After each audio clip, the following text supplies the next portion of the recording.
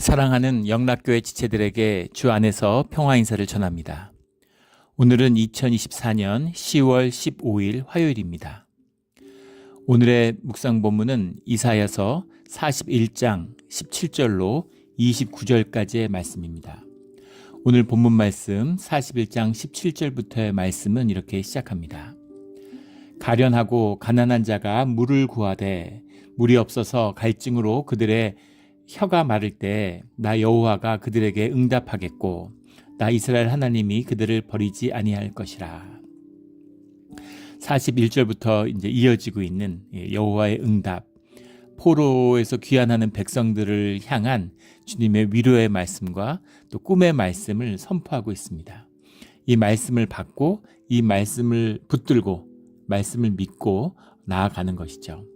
주님의 말씀을 먼저 받고서 주님의 위로와 힘을 얻어서 그 힘을 가지고 이제 광야의 행진을 시작하는 것입니다.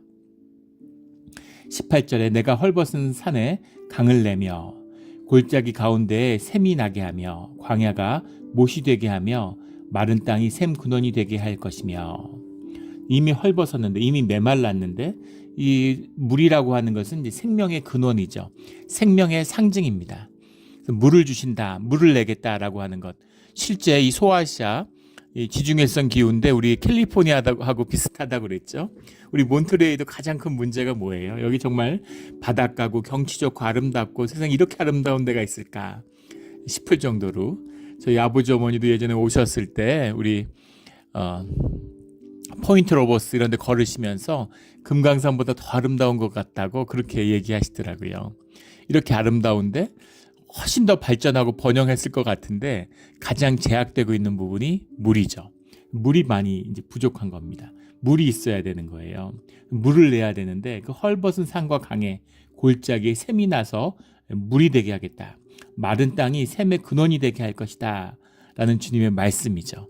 주님의 복이 도저히 현상과 조건을 보면 희망이 없어 보이는데 주님이 다시 은혜를 내려주시고 자비를 베풀어 주시면 살 길이 열리는 것이죠.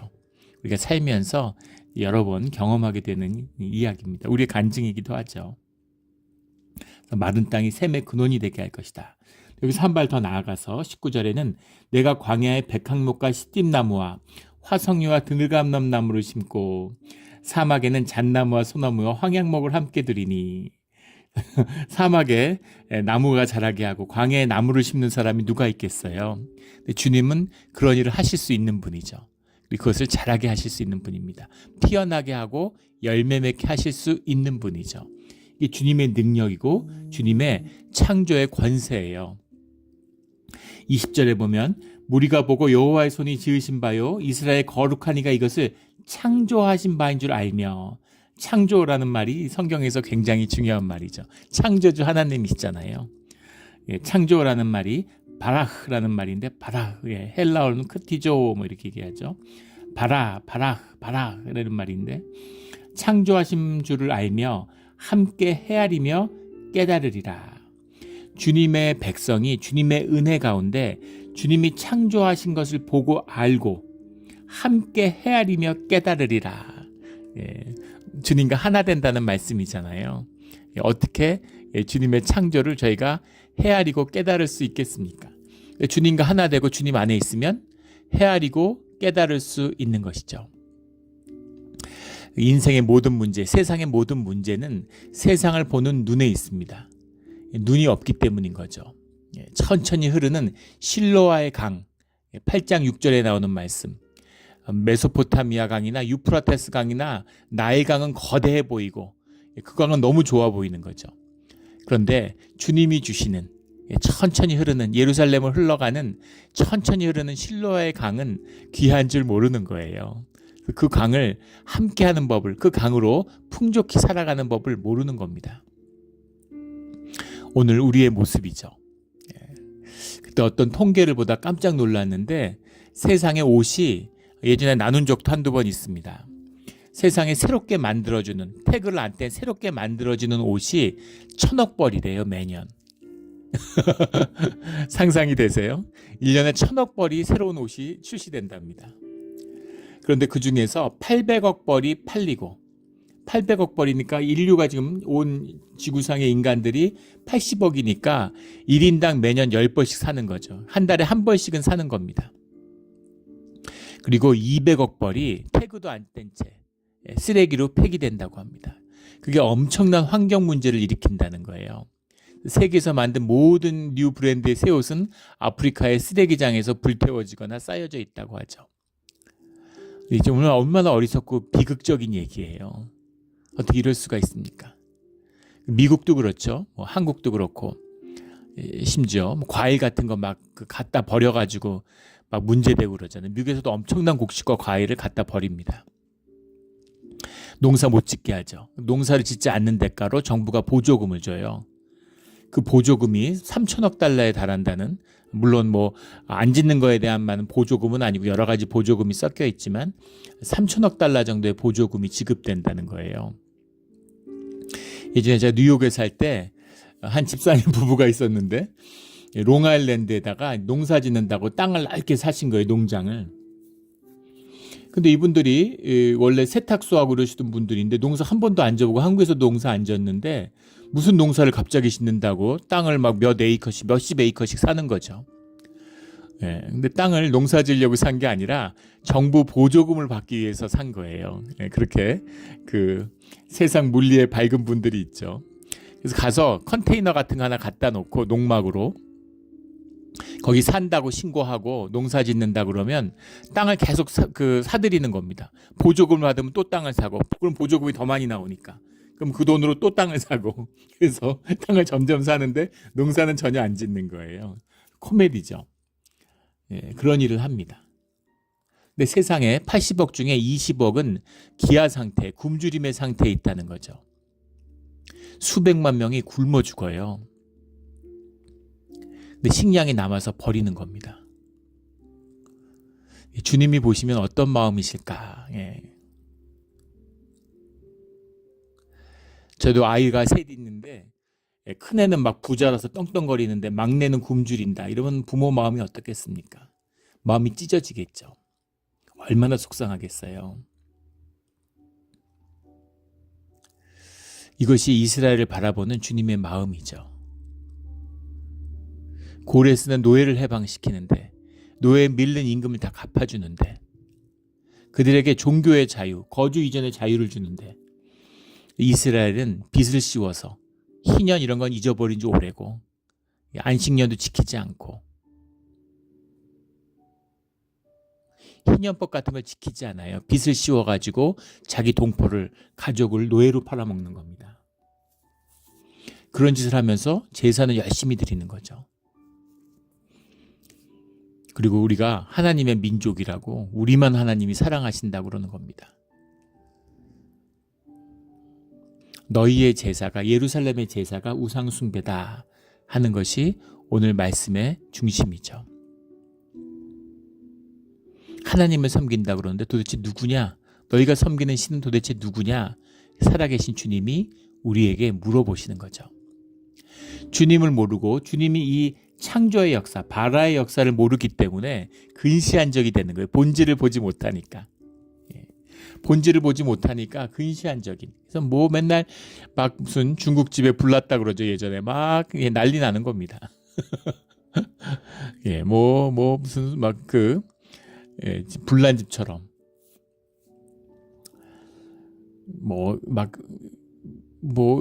뉴스 같은 거 보세요. 무슨 금리가 오른다, 경기가 오른다, 내린다 이러고 막 날린 거예요. 눈에 앞에 이익을 쫓으니까. 저희 이제 형이 증권사 투자은행을 오래 다녔는데, 제가 코로나 때, 팬데믹 때 이제 혼자 이제 산책을, 그때 누구를 만날 수가 없으니까 혼자 산책을 하다 보니 많이 했는데, 그러면서 이렇게 듣다가 유튜브 같은 데서 이 증권 같은 데 리서치 센터에 있는 사람들, 리서치 연구원들, 이런 분들의 이제 리포트하고 이런 것들을 이렇게 듣게 된 거예요. 세상에 돌아가는 원칙에 대해서, 원리에 대해서 이렇게 얘기를 하는데, 경제 원리에 대해서 귀가 번쩍하는 것 같았습니다. 눈이 띄이는 것 같은. 야, 대단하다. 이렇게 스마트한 사람들이 있구나. 경제학자들 저리 가라예요. 기가 막힌 느낌을 받았습니다. 그래서 그때 저희 형이 이제 증권사 임원으로 있으니까 우연히 이제 통화를 하다가 내가 요즘에 이런 걸 들었는데 진짜 대단하더라. 어떻게 이렇게 사람들이 지혜가 있고 똑똑할 수가 있냐고. 그러니까 형이 콧웃음을 치더라고요. 예, 사람들 돈을 끌어내야 되는 거니까 엄청난 무슨 정보와 지식이 있는 것처럼 그렇게 이야기하는 거지. 듣다 보면 식상하고 맨날 똑같은 얘기를 하고 아주 얄팍한 얘기다 이렇게 얘기를 하는 거예요. 저희 형이 경제학을 전공한 사람이기도 한데 그러면서 그 경제가 어떻게 돌아가는지를 누가 아느냐는 거예요. 정직한 얘기죠. 그래서 아주 놀라운 얘기를 해줬는데 이 뭐 증권이나 금융 투자은행 이런 것의 본질은 사기라고 이렇게 얘기하더라고요. 크게 보면 폰지 사기라고 그러죠. 다단계. 뒤에 돈 갖고 온 사람 돈을 받아서 앞에 사람한테 주는 거죠. 그럼 그것이 투자 이익인 줄 알고 그렇게 소문을 내서 계속 돈이 밀려드는 거죠.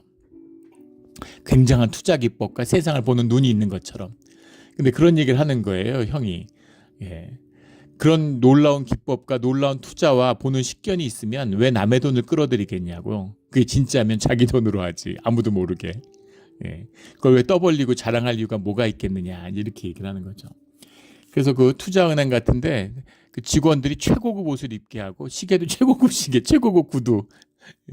돈이 넘쳐나는 것처럼 그렇게 한다는 거예요. 아, 여기 이제 돈을 잘 버는 뭔가 있구나 이런 느낌을 줘야 되니까. 근데 모든 현상이 벌어진 다음에 그것을 해석하기 위해서 갖다 맞춰서 그럴듯한 이야기를 만드는 거라는 거죠. 그래서 왜 그렇게 되는지 주식이 언제 오를지 언제 내릴지 아무도 모른다는 거예요. 그게 진실이다 이렇게 얘기를 하더라고요. 동생이니까 정직한 얘기를 해주는 거겠죠. 그런 거죠. 얄팍한 겁니다. 얄팍한 거예요. 사람들 혹하게. 근데 현상을 쫓으니까 단기간에 근시안적인 것이죠. 막 이랬다가 막 저랬다가 그런 거죠.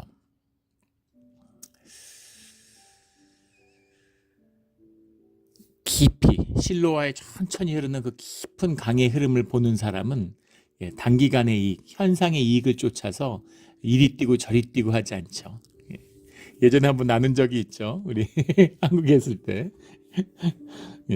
한 집사님인데 그런 얘기를 하세요. 돈 좀 벌어보려고 이사를 열심히 다 여기 좋다 그러면 일로 가고 저기 좋다 그러면 절로 가고 방배동에 있다가 뭐 반포로 갔다가 서초로 갔다가 또 뭐 압구정동으로 갔다가 뭐 청담동으로 갔다가 계속 돌아다녔다는 거예요. 뭐 역삼동도 갔다가 여기 좋다 그러면 여기 가고 저기 갔다 그러면 저기 갔는데 돌고 도니까 지금 반포가 제일 비싸다고 거기서 시작했는데 이사하느라고 괜히 힘만 들 고생만 들 거기 그냥 있었으면은 되는데 그런 얘기를 하시더라고요. 현상의 이익을 쫓는다고 현상의 이익을 얻는 게 아니죠. 욕심을 낸다고 욕심이 채워지지 않죠. 욕심내서 욕심 채워지면 다 채웠지 세상에 무슨 문제가 있겠습니까? 근데 세상이 굴러가는 원리가 있잖아요. 세상이 움직여가는 섭리가 있죠. 그 섭리 가운데 주님이 천천히 흘러가는 실로와의 강의 의미를 아는 자들, 그런 자들, 주님과 함께하는 자들이 새로운 일, 일어나는 새로운 창조의 역사를 함께 헤아리고 깨달는 것이죠. 창조인 줄 알아야 그것을 헤아리고 깨달지 않겠습니까? 창조는 주님만이 하시죠. 물질의 창조, 새로운 물질을 만들어 보려고 인류가 지금 심혈을 기울이고 있습니다. 발견할 수는 있어도 발명하지 못해요. 만들어내지 못합니다. 있는 걸 썩는 거지 없는 걸 만들어내지 못해요. 생명도 마찬가지죠. 소고기는 복제할 수 있지만 소를 복제할 수 있지만 소의 생명을 복제하지 못합니다. 생명이 어디서 오는지 생명이 뭔지를 몰라요. 의식을 흉내낼 수는 있지만 인공지능이 의식을 만들어내지 못합니다. 의식이 뭔지를 모르는데 우리가 의식을 갖고 수만 년을 살았는데 수십만 년을 의식이 뭔지를 몰라요. 추측할 뿐이죠.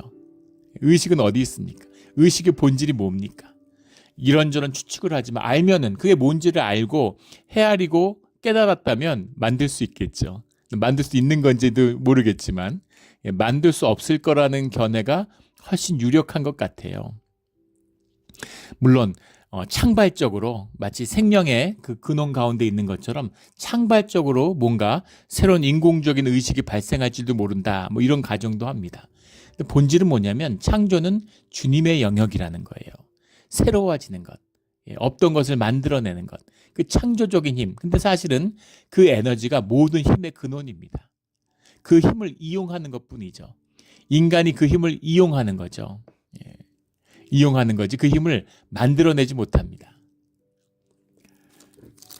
그래서 주님의 창조하신 바인 줄 알며 함께 헤아리며 깨달으리라. 우리 실로의 천천히 흐르는 강물의 그 깊은 의미를 그것과 함께하는 그 은혜와 축복이 함께하는 우리 모두가 되기를 주의 이름으로 축원합니다. 21절에 나 여호와가 말하노니 너희 우상들은 소송하라. 우리 41장 1절에 나오는 재판 자리에 가까이 나아가자. 따져보자는 거죠. 너희들이 너희의 건을 내놓아라. 너희가 주장할 것, 너희가 할 말을 꺼내봐라. 이런 말씀이죠. 그 말씀에 한번 다퉈보자. 진실을 밝혀보자. 진실의 때가 온 거죠. 장차 당할 일을 우리에게 진술하라. 또 이전 일이 어떠한 것도 알게 하라. 우리가 마음에 두고 결말을 알아보리라. 혹 앞으로 올 일을 듣게 하며. 한국의 그 점이 아주 기승을 부리는데 늘 그랬죠. 근데 기독교가 쇠퇴하고 이러니까 정신문화가 쇠퇴하니까 이 사회가 도덕적으로 타락하고 윤리적으로 타락하고 또 반면에 이런 어떤 그 점 보는 것, 기복 이런 게 아주 그냥 기승을 부리는 겁니다. 한국은 샤먼의 민족이죠. 중앙아시아의 그 기마 민족의 후예입니다. 그래서 기마 민족들은 샤먼의 문화가 아주 기승을 부리죠. 별점을 보고 점을 쳐서 어디로 갈지를 알아야 돼요. 그 샤먼이 있고 신적 계시를 들어야 되는 겁니다. 이런 우랄 알타이 계통의 특징이죠. 기마 민족의 특징이에요. 그리고 지도자들에게 굉장한 힘을 부여합니다. 그 사람을 따라서 일사불란하게 움직여야 돼요. 그래서 사실 우랄 알타이 민족이 민주주의 되는 데가 아무도 없죠. 중앙아시아의 기마 민족의 후예들이. 자꾸 독재로 가려고 그래요. 기업 문화도 마찬가지고, 학교도 마찬가지고, 어디나 마찬가지, 군대도 마찬가지고. 민주주의가 안 되잖아요. 자꾸 이렇게 우상숭배 같이 1인 지배로 가려고 하는. 그런데 카리스마적인 지도자가 여기다 날 따라라 그리고 모두 끌고 가는 거죠. 제대로 끌고 가면 된 거고 만약에 엉뚱한 데 끌고 갔다 이러면 목숨으로 대가를 치르는 거죠. 눕혀놓고서 모든 사람이 말을 타고 밟는 거예요. 모든 책임을 공유하는 거죠. 누구 책임이 아니라. 이게 이제 알타이 민족의 특징입니다. 강력한 샤먼, 그러니까 점을 주고 계시를 주는 거죠. 그 점을 누가 믿어요? 그러니까 그거를 붙들고 갈 수 있는 굉장히 권위적인 체제를 만드는 이 기마 민족의 특성인데 한국에 그런 샤먼의 전통이 강해요. 그러니까 기독교도 이제 신비주의 같은 게 많고 이단이 계속 나오고 말씀이 아니라 자꾸 무슨 점 보는 것처럼 점쟁이처럼 놀랍게도 한국의 모든 종교인을 다 합친 것보다 그 점을 보는 사람이 더 많답니다. 무당이 더 많대요. 놀라운 일이죠. 그런데 한번 맞춰보라는 거죠. 좀 한번 얘기해봐라. 그리고 복이든지 재난이든지 내리든지 하라. 23절에. 그게 진짜면 재난을 주든지 아니면 복을 주든지 뭐든지 좀 진짜로 보여봐. 창조의 일을 보여봐. 이런 거죠. 우리가 함께 보고 놀라리라. 그럼 내가 깜짝 놀라겠다. 주님이 말씀하시는 거죠. 다 거짓이죠. 거짓입니다. 지나온 일은 알 수도 있죠. 왜냐하면 사람이 기억을 하니까. 사람이 집단적인 무의식 안에 묶여있기 때문에 과거는 어쩌면 읽어낼 수도 있고 맞출 수도 있습니다. 그러나 기억 속에 없는 것, 가보지 않은 길을 어떻게 알겠어요. 그것이 무서운 것은 뭐냐면 그게 맞는다면 더 큰 문제입니다. 그게 저주잖아요. 굴레잖아요. 거기에 묶이는 거 아닙니까? 말의 권세가 있기 때문에 영의 권세가 있기 때문에 그래서 점 같은 거 함부로 보면 안 되는 거죠. 이 교회가 타락하니까 한국에 있어 보면 기독교인이라 그러면서 교회 다닌다 그러면서 사주 보고 그 궁합 보고 토정 비결 보고 그런 사람들 많아요. 뭐가 뭔지를 모르기 때문에 그러는 것이죠. 모든 거짓과 굴레를 끊고 창조주신 주님과 함께하는 그런 우리의 밝고 건강한 그런 가는 길이 되기를 주의 이름으로 축원합니다. 25절에 내가 한 사람을 일으켜 북방에서 오게 하며 내 이름을 부르는 자를 해돋는 곳에서 오게 하였나니 그가 이르러 고관들이 석회같이 토기장이가 진흙 밟음같이 하리니. 북방에서 오게 하며 라는 말씀은 41절 2절에 동방에서 사람을 일깨워서 공의로 그를 불러, 이 말씀과 만나는 통하는 말씀이죠. 왜 거기서는 동방이고 여기서는 북방일까? 내 이름을 부르는 자를 해돋는 곳에서, 이거 동방이죠. 동쪽이며 동시에 북쪽인 이유, 이건 뭐 모든 주석학자가 기독교의 역사에서 고레스라고 동의하는 거죠. 키루스 2세 고레스 왕이라고 이제 그렇게 동의합니다. 근데 왜 북방일까? 시작은 동방이었죠. 동방에서 불러내서 바사에서 왔으니까 동방에서 불러냈지만 이스라엘로 예루살렘으로 내려오는 것은 북방에서, 정북방에서 내려오고 있는 거죠. 북방에서 오게 하는데 내 이름을 부르는 자를. 근데 고레스가 뭐 주님을 믿거나 뭐 세례를 받았거나 주님의 이름으로 뭘 하는 자가 아니죠. 그런데 내 이름을 부르는 자라고 주님이 분명히 말씀하시는 거예요. 주님과 함께하는, 공의와 정의를 실천하고 양심을 일깨우는, 이것이 주님의 일이다라는 것을 분명히 말씀하시는 거죠. 그가 세상을 평정하고 주님의 공의를, 주님이 이 고레스를 통해서 이스라엘의 회복을 이루어내시는 거죠. 그 로마가 어떻게 그런 로마의 조그만 민족이 지중해를 석권했을까? 대제국을 이뤘을까? 로마가 지중해 연안을 통일했기 때문에 기독교가 전파될 수 있었던 거예요. 땅끝까지 전파될 수 있었던 비밀은 로마 제국에 있는 것이죠. 로마 제국이 길을 잘 닫고 세상을 하나로 통일시키고 하나의 언어로 통일시키고 거기서 주님의 복음이 증거되고 전파될 수 있는 거죠. 주님이 하시는 깊은 섭리의 일입니다. 그 일을 우리가 헤아릴 수 없죠. 주님과 하나 됐을 때 주님이 허락하시면 그 일과 함께하고 그 일을 헤아릴 수 있는 것이죠. 천천히 흐르는 실로아의 강이 축복이라는 것을 알게 되는 겁니다. 막 세상 욕심내고 무슨 뭐 큰 걸 갖고 막 이런 것이 성공 같고 그게 축복 같지만 그게 축복이 아니라 천천히 흐르는 실로아의 강물을 과 함께하는 것, 이게 축복이다. 주님의 말씀 있는 그대로죠.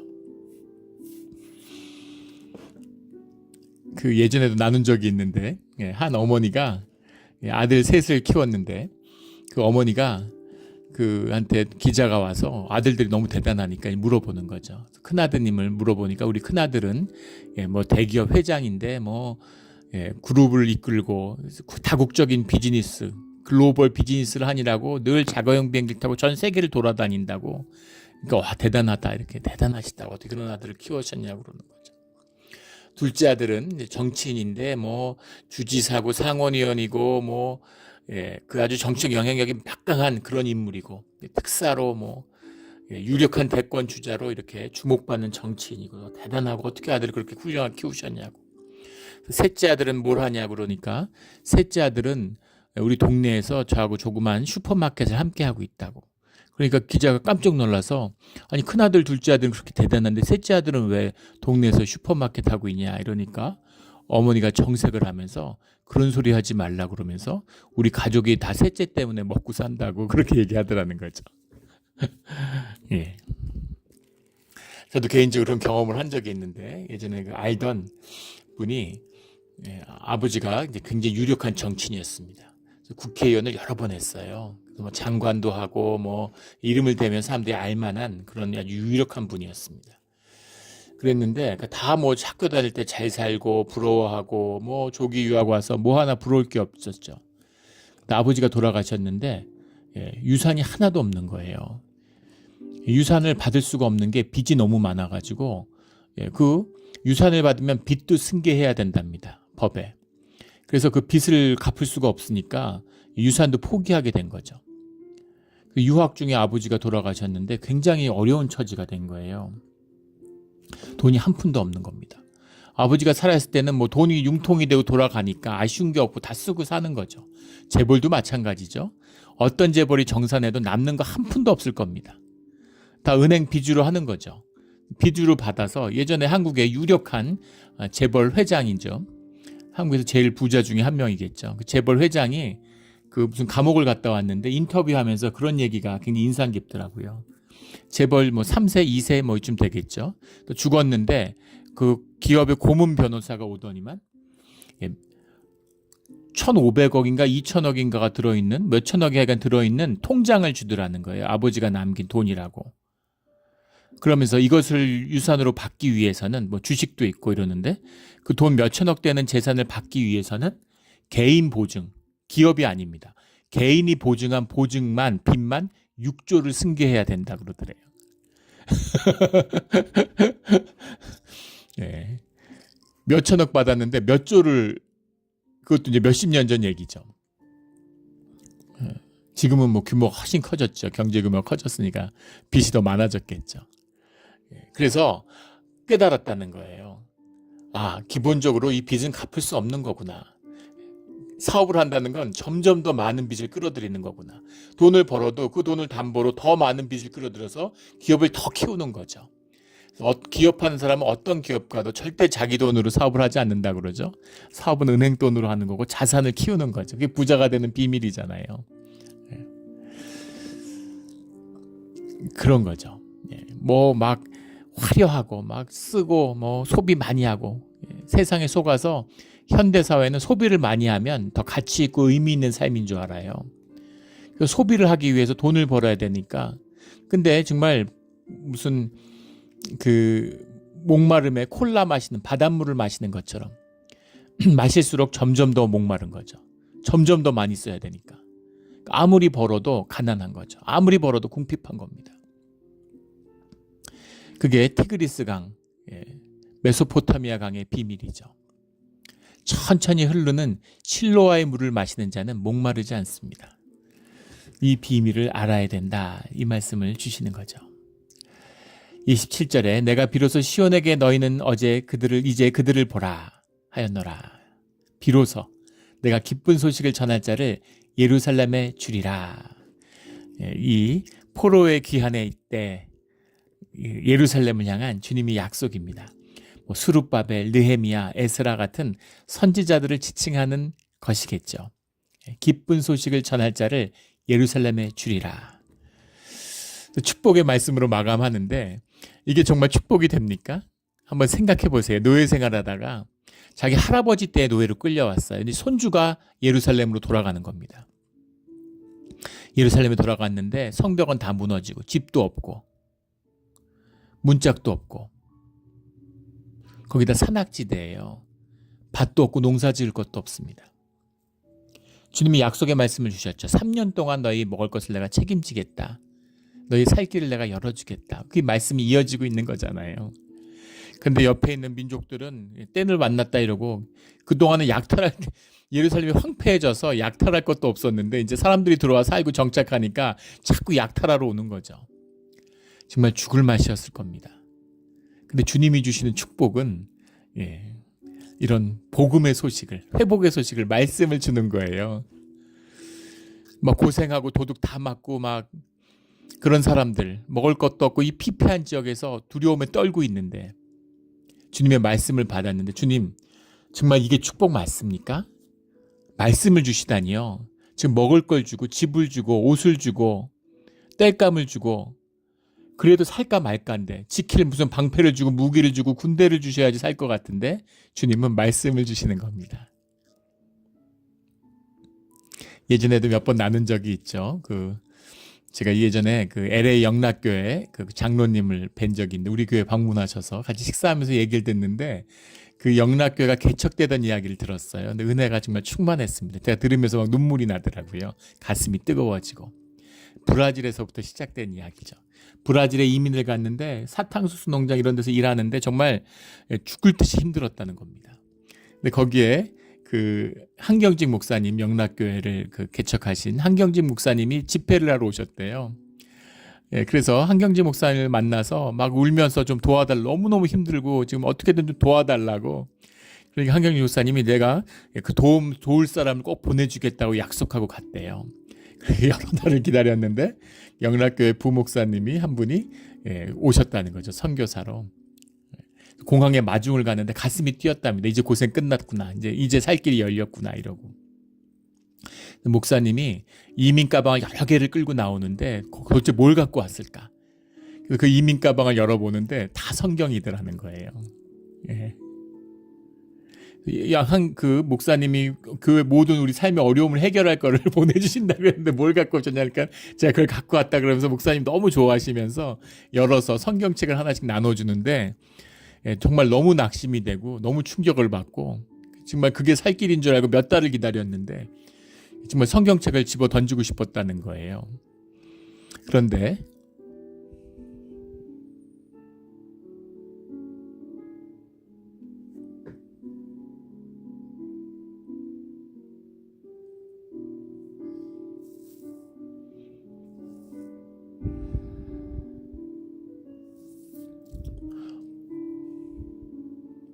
오랜 시간이 지나서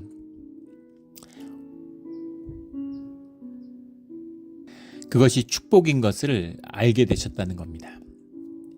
말씀이 왜 축복인지, 교회를 주님이 왜 우리에게 허락해 주셨는지, 그것이 이 험한 땅에서 고난 가운데서 살아가는 빛이 되었구나라는 것을 삶으로 고백하는 그런 간증하는 그런 축복의 시작이 그때였다고, 그 말씀이었고 그 성경책을 받는 그 순간부터였다 라는 그런 고백, 많은 사건들 겪었던 이야기들을 말씀하셨는데 말씀으로 말미암는 것이죠. 주님의 창조의 힘을, 창조의 주님을 만나시고 삶 가운데 새로운 시간이, 새로운 구속의 역사가 창조되기 시작하는 겁니다. 그 꿈의 말씀을, 그 꿈을 다시 주님을 기억하고 예루살렘의 성전을 그리워하고 주님과 함께하는 예배를 그리워하는 주의 백성 남은 자들에게 주님이 말씀을 전하여 줄 주님의 사람들을, 주님의 말씀을 선물로 주시는 거죠. 우리 오늘 동일한 주님 우리에게 말씀으로 함께 하십니다.